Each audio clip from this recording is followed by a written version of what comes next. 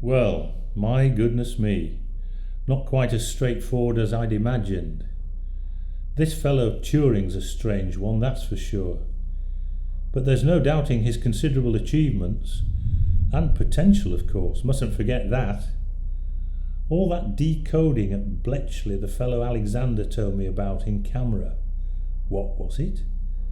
Enigma codes? Quite a bloody achievement by all accounts. Turned the war. What a fool to get himself caught up in this sort of nonsense. This will put a stop to a lot of his government work if I'm not careful. But is there really a risk with this chap?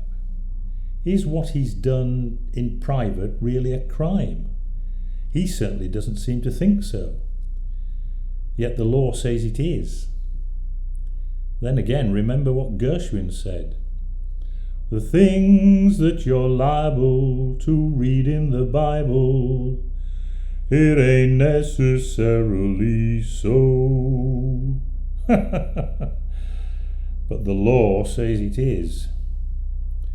Is Turing another Cambridge boffin, leaving himself wide open through indulgent behaviour?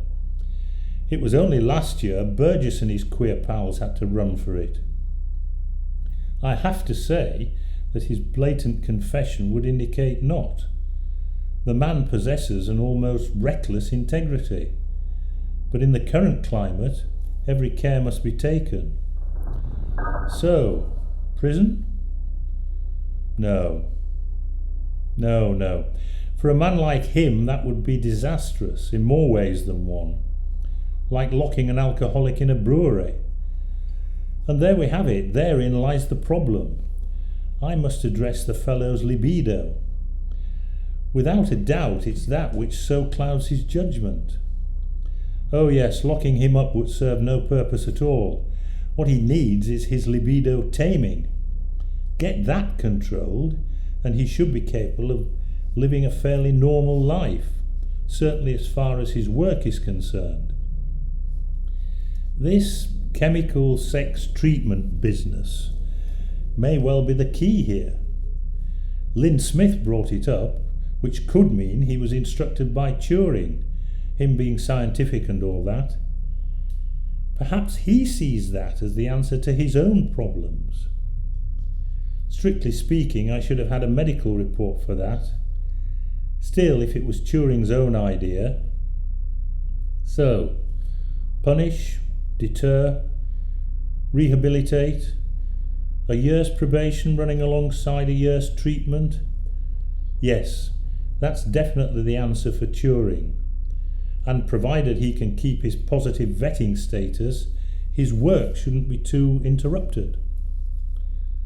Now then, Murray, a completely different kettle of fish. 19, yes, but not quite the innocent that Hewson is trying to paint him.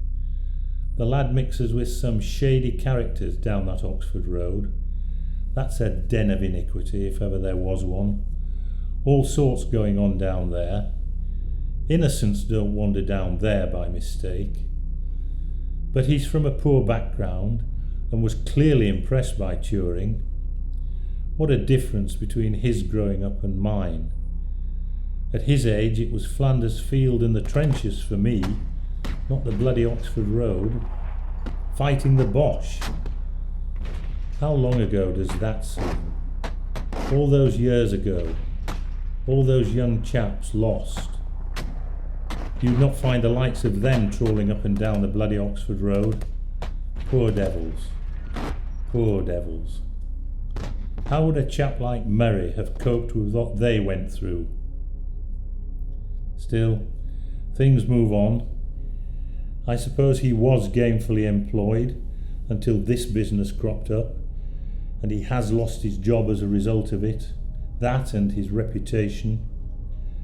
I'm inclined to agree a little with Hewson on the point of the lad not really being a queer, just dazzled by and going along with Turing. I think, all things considered, this boy has been led astray by Turing. He hasn't done anything like this before.